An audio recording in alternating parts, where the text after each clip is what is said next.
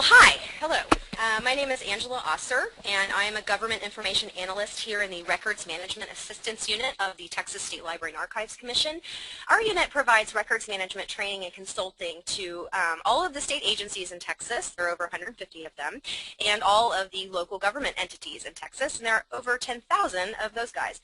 So today we're going to be talking about preserving electronic records, which means, for this webinar, providing long-term access to them. So right off the bat, let's make clear, this is not just about retention, okay?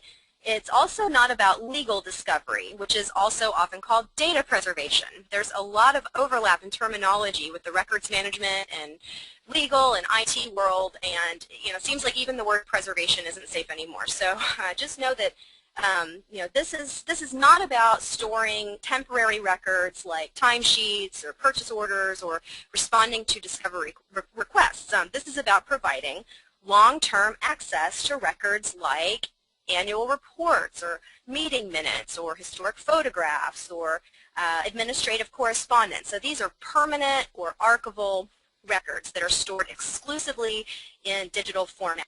And I'm going to be talking about some technical considerations for that. So here's a quote for you guys. "The only true wisdom consists in knowing that you know nothing. So said Socrates." Or if you're like me, you're pretty sure Socrates said it because you heard it in Bill and Ted's Excellent Adventure. My point is, digital preservation is a subject that few people know everything about. And honestly, the more you learn about it, the more you realize you don't know. So we can't even hope to teach you everything about digital preservation. But what we can do is share what we've learned from answering a whole lot of questions from Texas government agencies on preserving their electronic records. We've just had a lot of long conversations with county clerks and city secretaries, attorneys, state agency records managers, law enforcement. Everybody wants to know, we're going paperless, or we've gone paperless. What is your advice for us? How do we preserve these records and make sure that they're going to last for a long time out? And if you're in a position to provide training on electronic records in your agency, then these would be some basic things that you'd want to incorporate into that training. So first, you should know why electronic information is more fragile than paper or than microfilm, and why taking special measures to monitor it and protect it are really critical to its survival. Another frequently asked question we get is how to store electronic records to ensure their longevity. Should you back up everything on a 3 terabyte hard drive? The stuff that you imaged 10 years ago and you have it all saved on gold CDs is, will those last? How long will those last? What is the best storage option? And then, like I mentioned, we'll talk about some preferred file formats for long-term preservation. So here are some images I picked from the Texas State Archives online exhibits. All of these materials are roughly 90 to 100 years old. So what would they look like if they were created today? Well, first we have this letter from 1926 on the far left from the Texas Attorney General to the State Highway Commission. Today, of course, probably would be an email. Well, most people don't understand the value of correspondence like this. To historians, correspondence is extremely valuable because, unlike something that you post on your website or in a publication, people tend to use it to create records that aren't meant to be widely revealed at the time of sending. So correspondence paints a picture of how agencies actually work. And historians are telling the archives and records management profession, historical research will be absolutely impossible to do in the future unless your profession finds a way to save email. But not many of us are really getting any pressure to preserve our email for the long term because most people don't understand its long-term value. Okay, now at the bottom here you have some meeting minutes. So these are from 1916.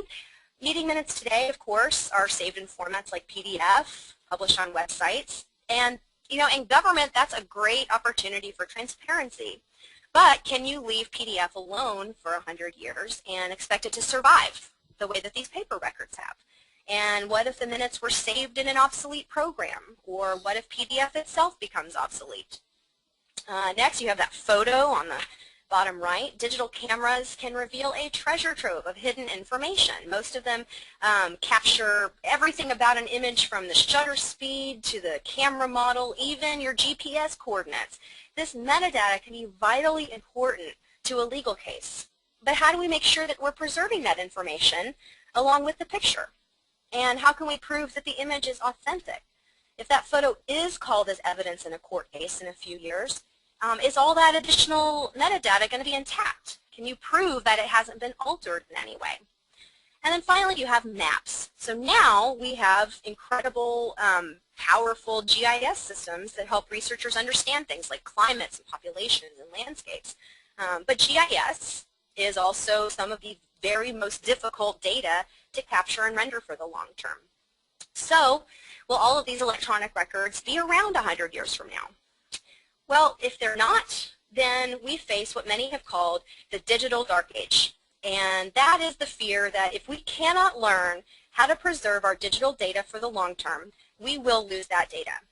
And when we lose that data, we lose the record of our very history and culture. And that means that not even 100 years from now, but even as soon as 10 to 15 years from now, when people are looking back on the time period we're living in today, they won't have the records they need to really know or understand anything about who we were or what we did. From a preservation standpoint, paper records, and with apologies to the archivists here, but paper records don't need a lot of attention. You keep them in a cool, dry environment. You protect them from pests. You keep them off the ground so they don't get wet if it floods.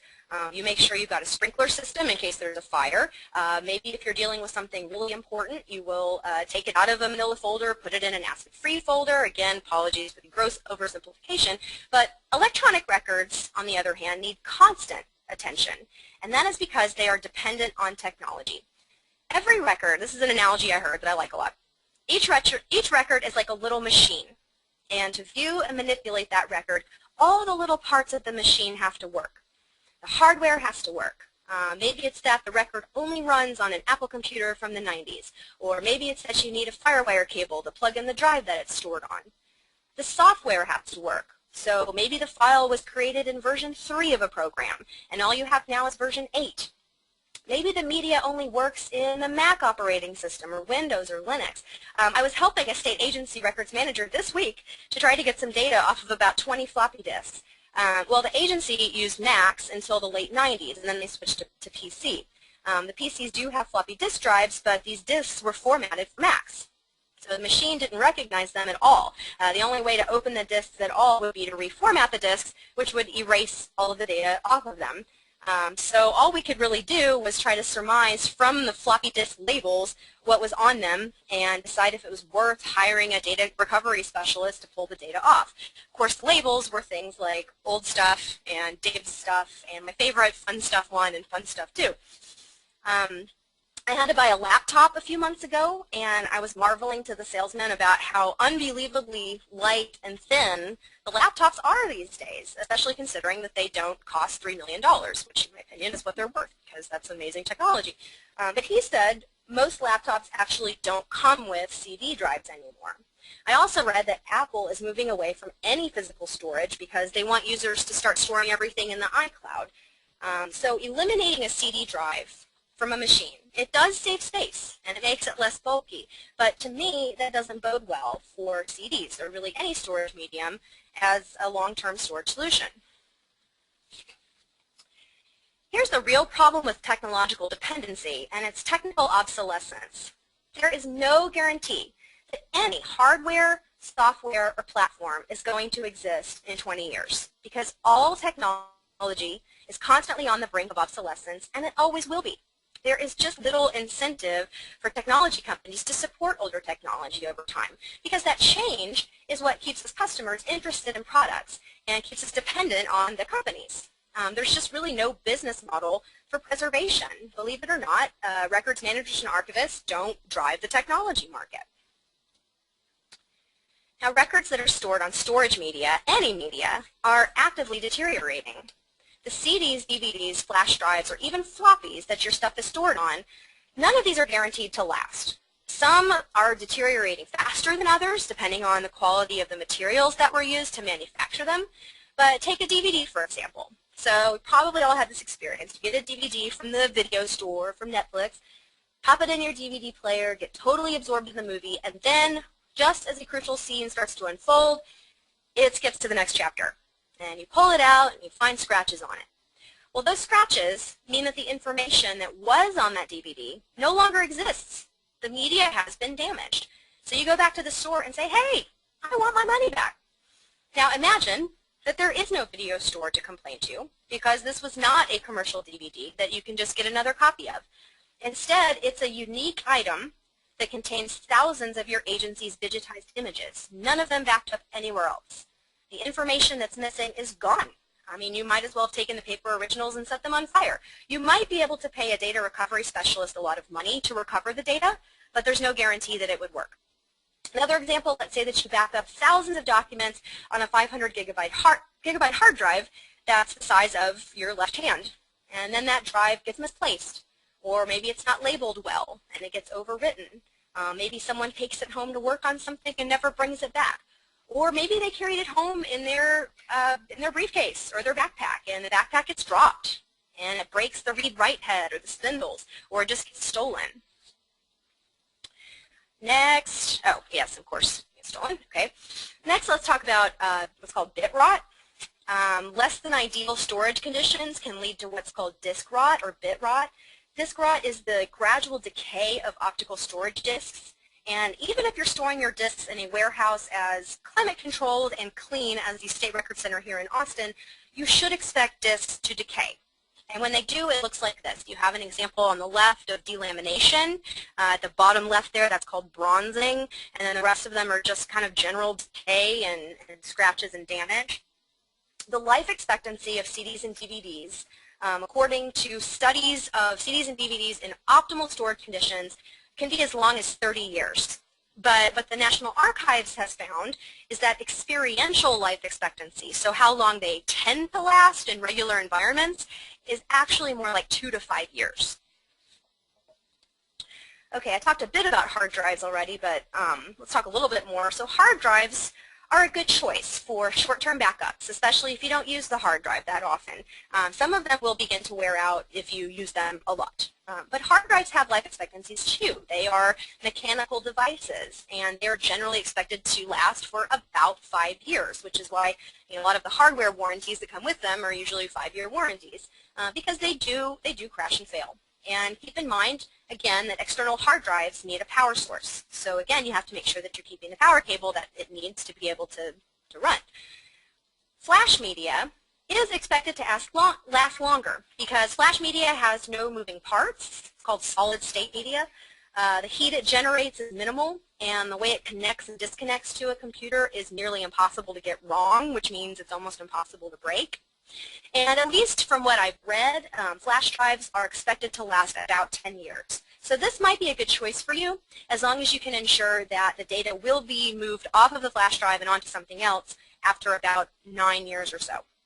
Of course, like any physical media, a flash drive can, again, be lost or stolen pretty easily. They are teeny tiny and easy to misplace.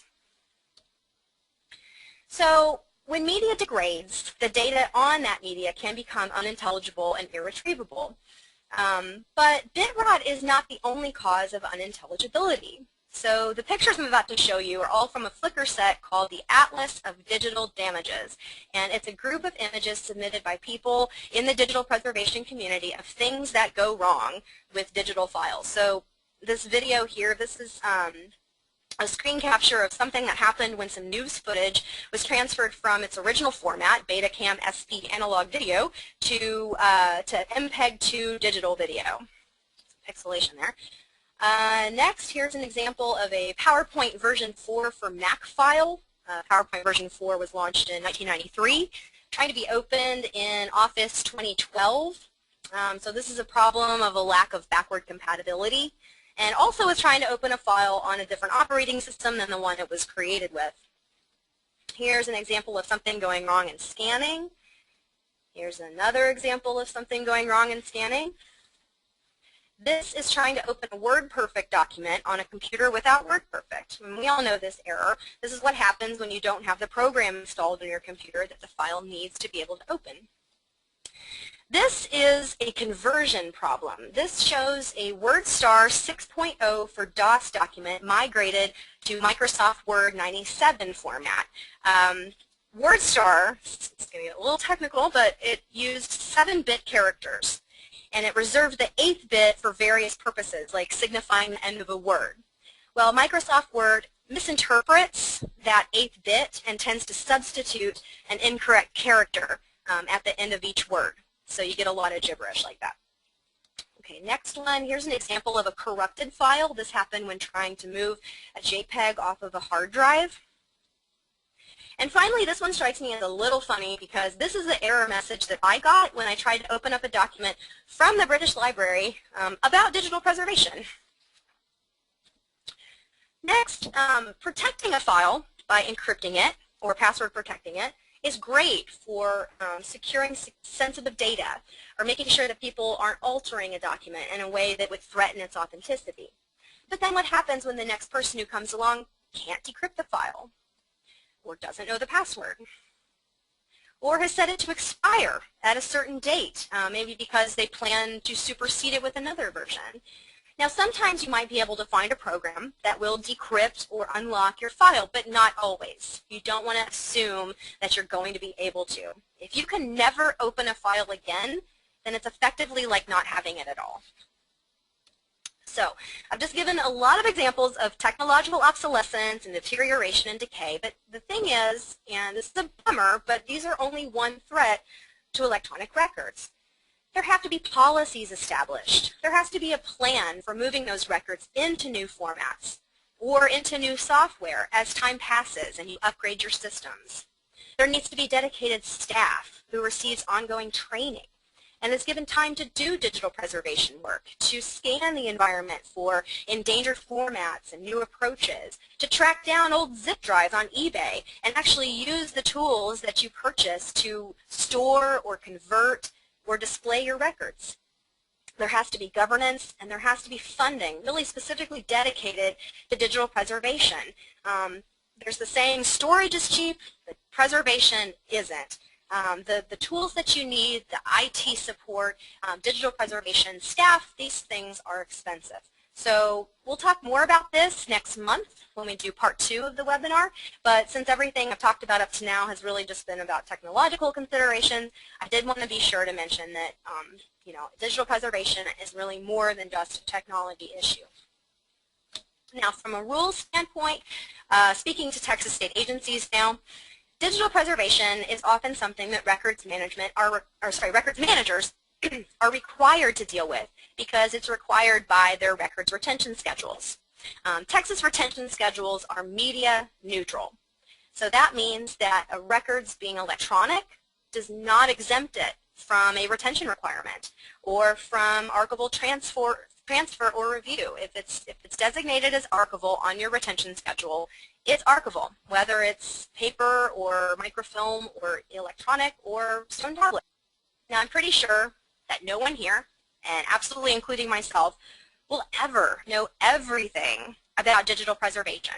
And that can be daunting to us as archives and records management people because we are people who truly understand the power and the value of records and what they can do. The only way to be sure that your media will degrade, that your data will become indecipherable, or your records will be lost, is to do nothing.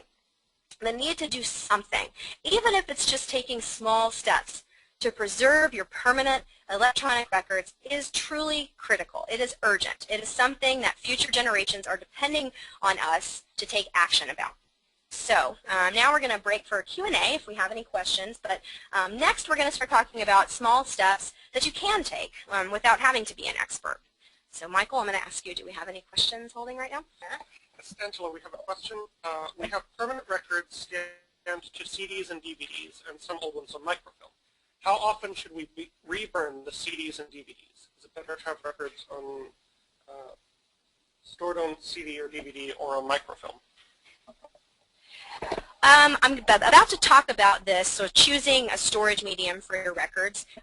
Spoiler alert, I will tell you I don't recommend keeping any permanent record on any optical media, so CDs or DVDs, just because of the many ways that they can degrade.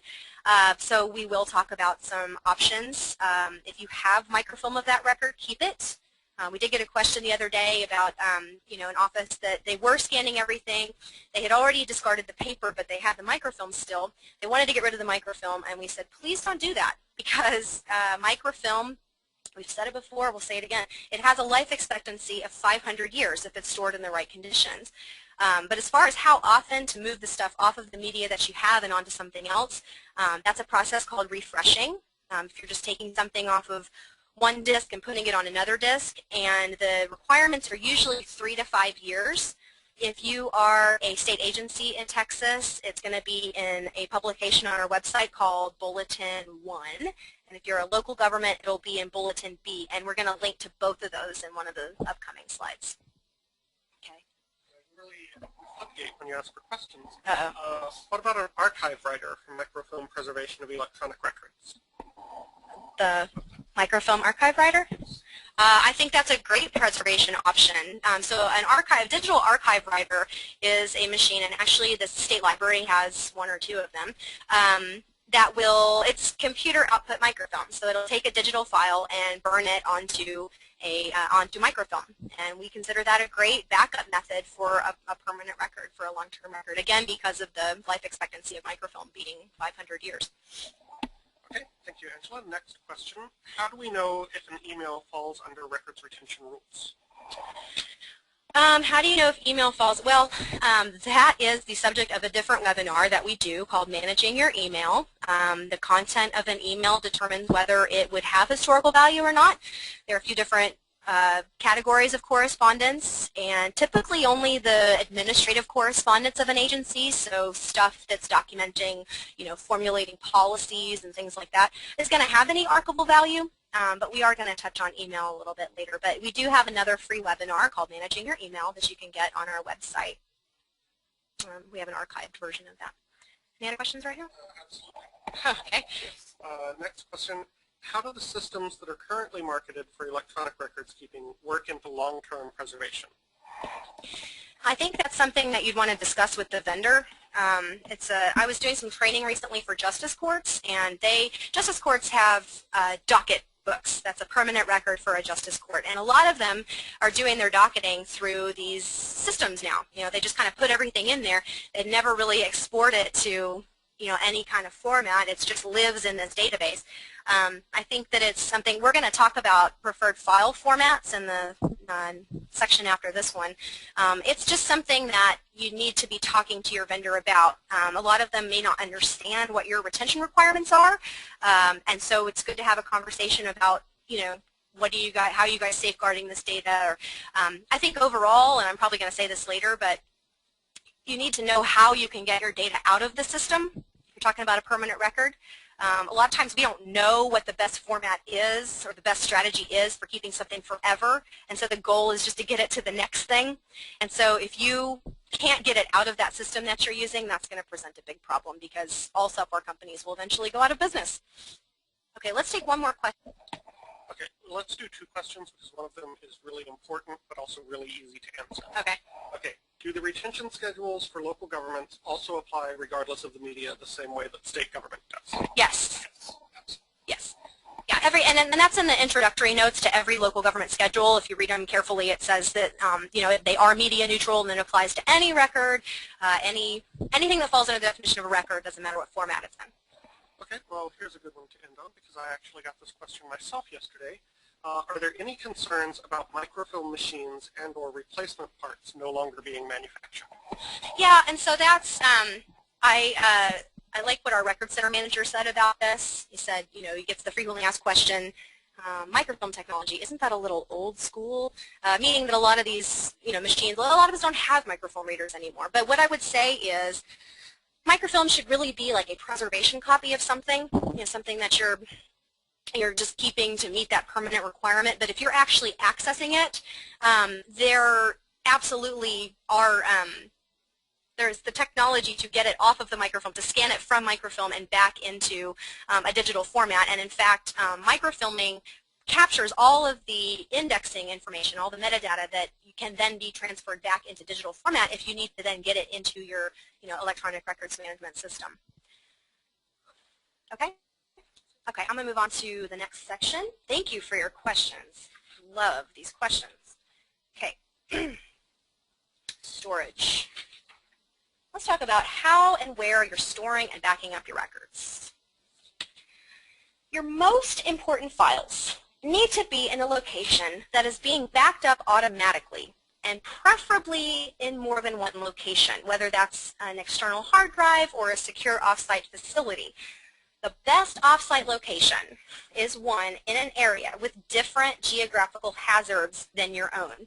So if you're in a hurricane zone, maybe that means working out a cooperative agreement with the city who's worried about tornadoes. You know, you guys store this stuff for us on your servers, we'll store your stuff on our servers, and if the next hurricane wipes out our entire system, you guys can help us recover. Remember the locks approach. Locks means lots of copies keep stuff safe. So lots of copies keep stuff safe. The more copies of something you have available, the more you'll be able to mitigate a disaster like your computer crashing or a disk being lost or a virus wiping out your entire network. So make sure you're making at least 2 copies, but ideally 3 copies of your most important files. If you do want to keep your files offline, because I recognize that you are going to have files that maybe you never use or you just don't have the budget to pay for network storage, then use a combination of backup solutions. So maybe a cloud backup service is the way to go. Maybe you purchase a large external hard drive or maybe multiple flash drives. Again, I would not recommend using any optical media for long-term preservation. So I am not going to recommend CDs or DVDs. But if your options are limited, then just rule of thumb, store the most copies possible in the most locations possible. Make sure that you are storing your CDs, DVDs, flash drives, and hard drives in cool, dry locations. This will help prevent bit rot. For Texas government agencies, I mentioned that storage of electronic media is actually something that is dictated by administrative rule in this publication, Bulletin 1. State agencies should use Bulletin 1, but know this caveat that it only addresses conditions for magnetic tapes. Local government should consult Bulletin B. These bulletins will tell you what temperature and humidity and other requirements are for storing electronic records. Bulletin B does include guidance for optical media as well. Both of these bulletins will be undergoing revisions, we hope major revisions, in the next year. Yay. And again, as much as you can, store physical media in different places. If you are diligently creating 2 backups of all of your files, and then you're storing them all in the same storage closet, and a fire or a flood destroys that storage closet, it's not going to matter too much that you diversified with different types of media. So, that's actually all I have to say about storage. Do we have any questions before we move on to file formats? We absolutely do. We've gotten 2 questions about cloud-based storage. Both of them pretty much boil down to, is it a good idea, and how do we know that it's still going to be there in the future? Well, again, I think it's going to be a matter of looking at the terms of service and figuring out what safeguards the different company has. I'll be honest here, I am really not an expert on cloud storage, but Department of Information Resources, DIR, is. They manage the contract for, is it Office 365? Office 365, which is cloud. Is a cloud backup service, right? So I would refer any questions about, if you are looking at selecting a cloud vendor, I would strongly recommend talking to them. Also, if you follow our blog, The Texas Record, I did a recap from our eRecords conference last fall on a panel discussion, 3 people from DIR talking about emerging technologies like social media and mobile devices and cloud storage. And they brought up a lot of really good questions and gave really great answers on just considerations for storing stuff in the cloud. And so I would definitely check that out. Okay, that's all we have about storage right now. Okay, very good. All right, I will move on to file formats. I think this is the most exciting part. I mean, it's all pretty exciting. Okay, yeah. All right. So I got this question when we were developing the webinar, and we were kind of asking people, what should we talk about? I got a question, can you keep a record in its original format and leave it untouched for, I think I went too far. No, okay. Leave it untouched for 50 years and then open it and read it. Well, probably not, but some file formats are expected to last longer than others. Remember that permanent retention is about permanent access. You can save a record in any format you want and just not delete it. That's called the save now, preserve later approach. But know that whatever format you choose to save your records in, it has to be one that will enable you to access that record for its full retention period.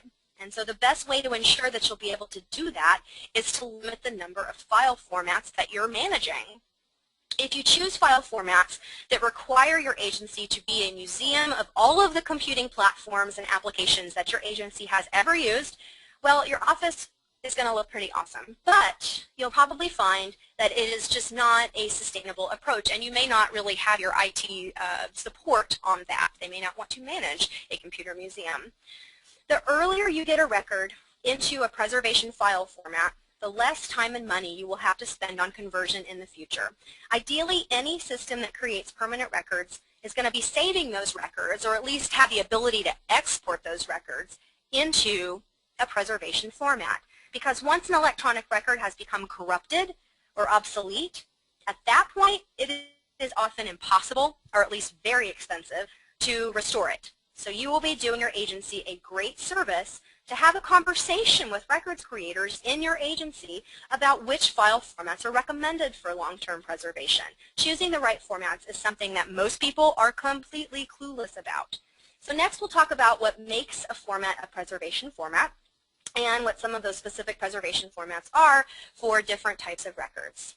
So, preservation formats are also called sustainable formats. They're also called persistent formats. Here are some characteristics of a preservation format. Number one, it preserves all the data within the file. That seems common sense, but you have to make sure that no data or metadata is lost when you save something into a format. So preservation format preserves all the data and all the metadata within the file.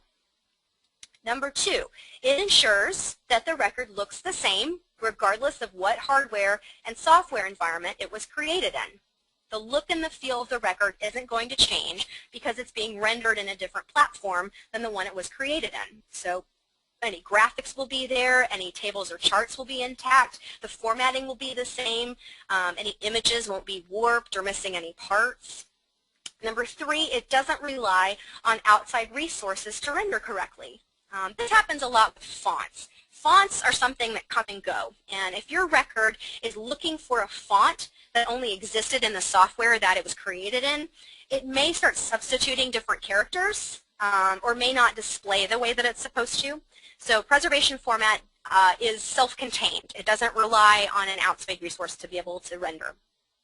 Number four, it's not a format that allows locking. So locking files, again, it's not tenable for long-term preservation. I'm not saying that you should never lock your files. I'm saying that file formats that have the ability to lock, so the formats that can be encrypted or password protected, are not as favorable for permanent or archival records, because when you lock something, you are relying on being able to unlock it, and that's often a matter of having a conversation with somebody that might not be there anymore.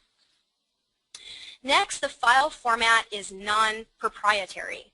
So that means that the format's technical specifications are published, they are publicly available.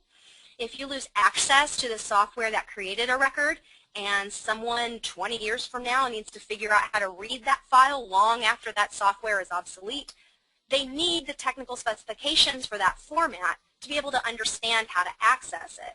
So certain formats do make their specs public, and those are called open standard formats. Most formats don't, and those are called proprietary. So proprietary formats are not appropriate for long-term preservation. And finally, the format is ubiquitous, so a lot of people use it. The more people who use a format, the more push there is on technology companies to support that format in the long term and to provide backward compatibility, meaning that any new versions of the software they put out will be able to read the older versions of the files. An example of that is TIFF. TIFF was the format of choice for preserving images, and this became the top choice for most archives. And a lot of archives are still using TIFF for preservation quality images because it does produce very high quality images. But a lot of records creators are moving away from TIFF because the file sizes are so large. They want JPEG. because JPEG is compressed and the file sizes are smaller. So TIFF is still a great format for long-term preservation from a technical standpoint, but as fewer people use it and it becomes kind of a niche format of archives, it may start to disappear. And if a format is more common in use, it may be a better choice than one that is rare. Okay, so let's talk about, oh, there's my file formats matter slide, sorry. Sorry. Okay, let's talk about specific formats. So we're going to start with text because text is easiest to preserve and we probably all have it. So we get a lot of questions about PDF and whether it's appropriate for long-term preservation. Well, yes and no. PDF certainly meets the ubiquity test. Everyone seems like uses PDF. PDF freezes a record in a way that ensures that no matter what computer you open it on, regardless of what software is installed on that computer, it's going to look the same. Now, there are a lot of different kinds of PDFs, which not everybody knows because the file extension .pdf is still the same.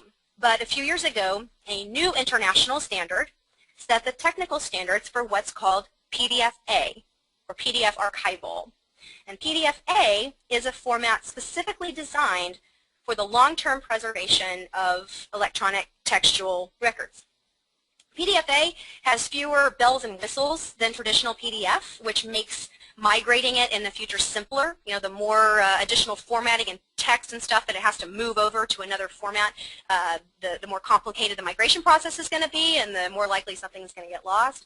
PDF-A is more open than regular PDF because the technical specifications are maintained by ISO. And that's the International Organization for Standardization. And they're not by one specific vendor. And the National Archives, NARA, actually has a good FAQ on considering PDF-A for permanent records. So when you go to the course page for this webinar, go to the supplemental materials, there's a link there to that FAQ.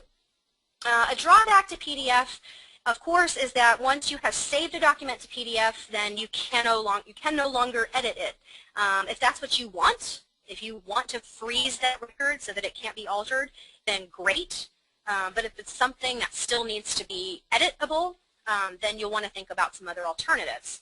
So Open Document would be one of those alternatives. For text, it's called Open Document Text, and the file extension is .odt.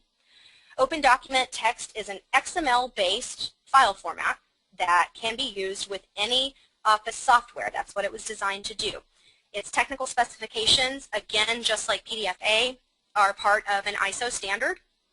And all of the open document formats are, at least for right now, well supported by the technology community. Formats like Open Document, again, are XML-based. So if a text file is already in an XML format, then it wouldn't need to be converted because XML is considered a preservation format. Rich text format, or RTF, is proprietary. It's owned by Microsoft, but most word processors can read RTF files because it was designed for what's called cross-platform interchange.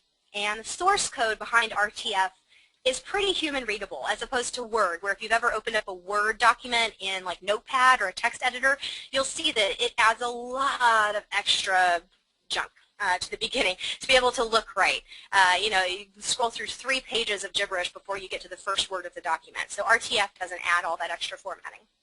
And then simple text files, .txt files, are the easiest of any to preserve. They are just ASCII text. They are practically just ones and zeros. There's no special characters or formatting. But the drawback to text files is just that, of course, there is a limited amount of formatting that you can do with them. So there are no bells and whistles, and if you save something to a text file, you can lose the formatting that makes it make sense, like a graphic or a table or even bold or italics or headings. For spreadsheets, comma-separated values, or CSV files, are recommended. A CSV file stores a spreadsheet in plain text form, and it's a simple format, and it's widely accepted. Another open document format exists for spreadsheets, and that's .ods, which, just like Open Document Text, has open standards and was developed to be readable across multiple platforms and is well supported. Let's talk about images. When I say images here, I'm not talking about scanned text documents. I'm talking about photographs, graphics. We talked earlier about TIFF and how it was very popular for scanned images, but it's now becoming a niche format of archives. Also, TIFF's copyright is held by Adobe Systems. It is not an open standard, so that's why it's not included on this list, even though it is, by technical measures, still a pretty great format. We do recommend instead JPEG 2000. And like Open Document, there's a large alliance of people and companies and organizations committed to preserving JPEG 2000. JPEG is a very popular format, of course. Among other reasons, a JPEG's file sizes are relatively small because the images are compressed. And JPEG offers the option for lossless compression, which is what you would choose for an archivable image. Lossless means that when you save the image, it compresses down into a really small file. But when you open it back up again, it is a bit-for-bit replica of the original. None of that data in the image is lost.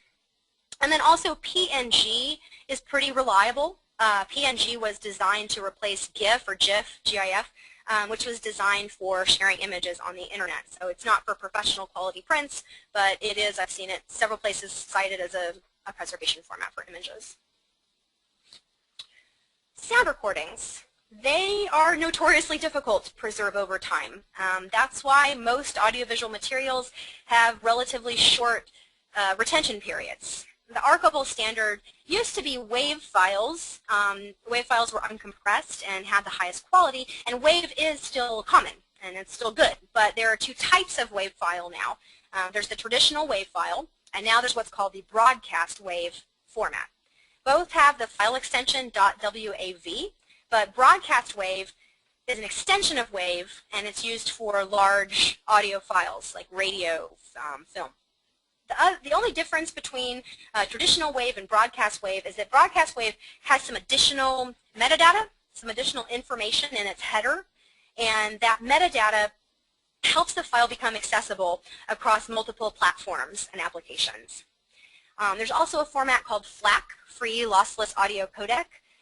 FLAC is an open format. You can play compressed FLAC files in pretty much any player, just like an MP3, although I have heard that you can't open them in iTunes. Like sound recordings, videos are another format that usually tend to have more short-term retention periods, but you may have videos with archivable value or very long retention periods.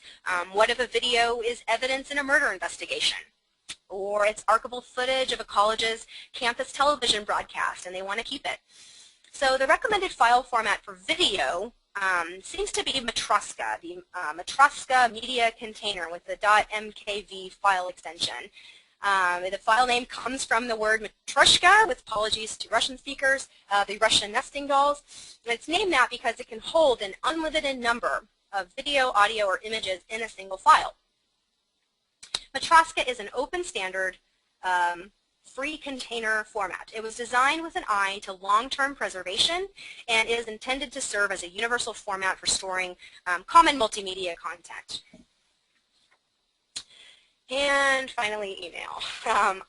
Honestly, I did debate on whether to include this because this is kind of a Pandora's box. But here is one of many problems with preserving email. Email accounts are not created by business function. Wouldn't it be great if all of the administrative correspondence of an agency were contained in one single email account? You could just, save it off somewhere and done. Of course, it's not. Email accounts are created by user, and as you know, if our records managers who ever tried to teach someone how to classify their email, it is just really difficult.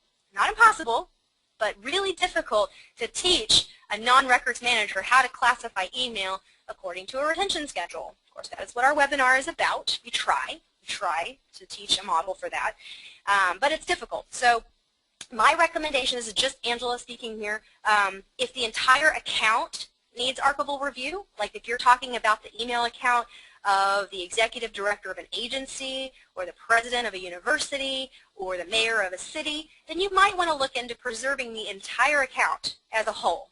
And there are tools, free tools and for-purchase tools that will convert email accounts to MBOX format.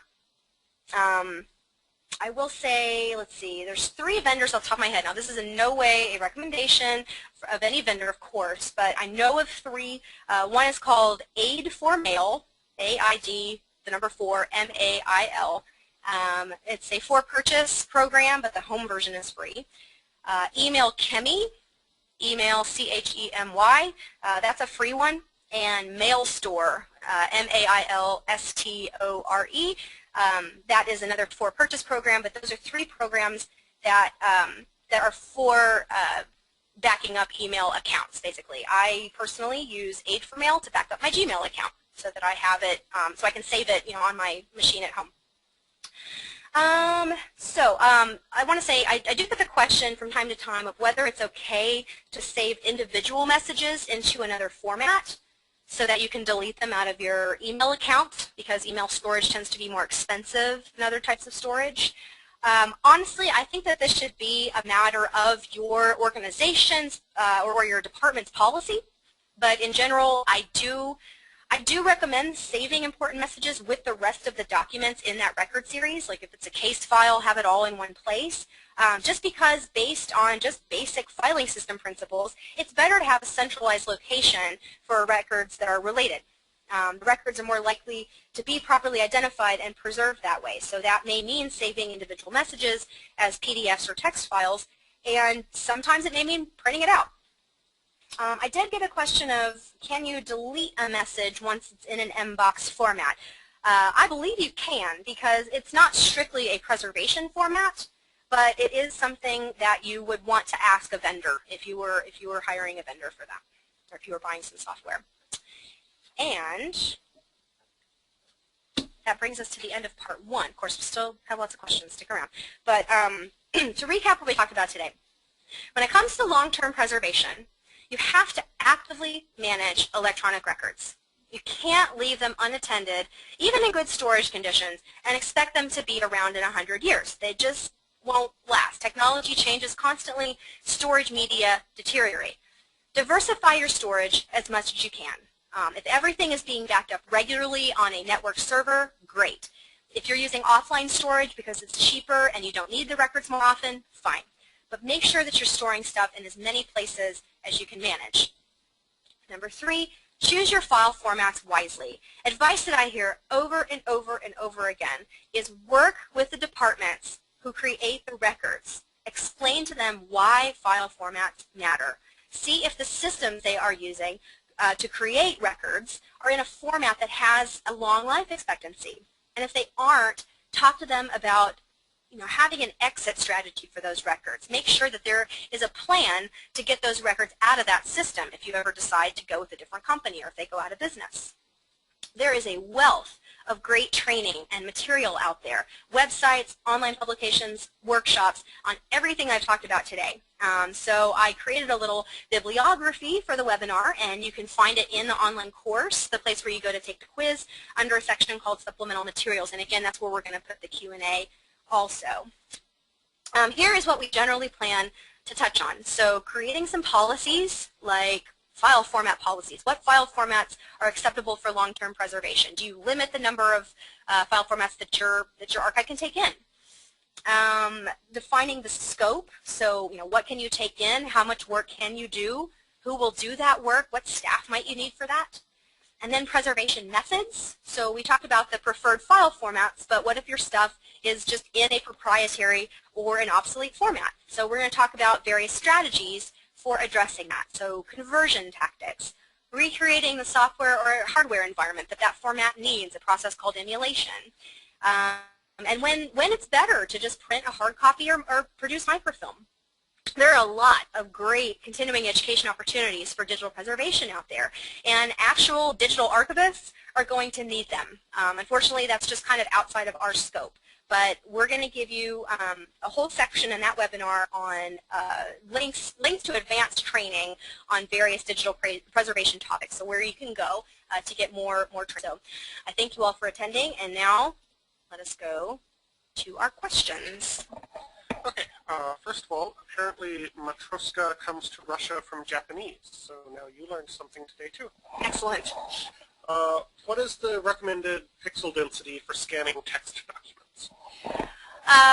Recommended, I can tell you that it is a rule for, I know for local governments, for state agencies also, I don't remember, that it's 300 dots per inch.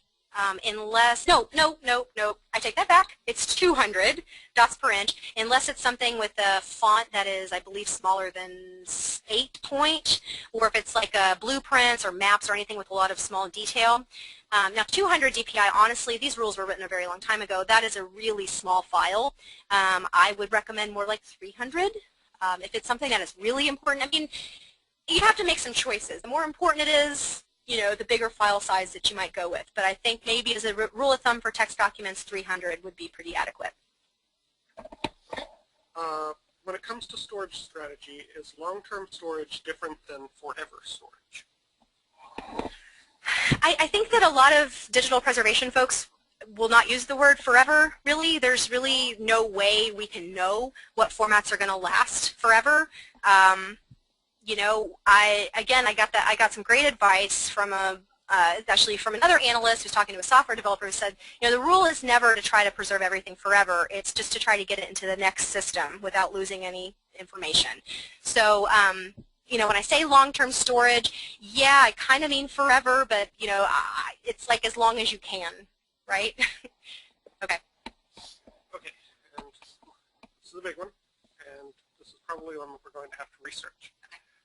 Local Government Bulletin B states that scanners must be evaluated using ANSI AIM MS44 and ANSI AIM MS49. Is this evaluation of scanners still the standard for preserving documents with the intent of destroying the source document? Yeah, that's still the rule. That's still the standard, and you know, if you are working with an imaging vendor, if you are planning on purchasing scanners or you're having that done, they would need to be aware of that. I mean, they are still standards. They are still standards. You know, for right now, the administrative rules that have, you know, the ANSI AIM references and things like that, again, are something that we're going to be updating in the next year. And when we do that, you know, we'll make sure that these are still current. We'll see if there's any more, you know, best practices, more current guidance out there, and then that would be reflected in those standards, we hope. But for right now, yes, that is the rule and the standard. Okay, that's all we've got right now. Okay.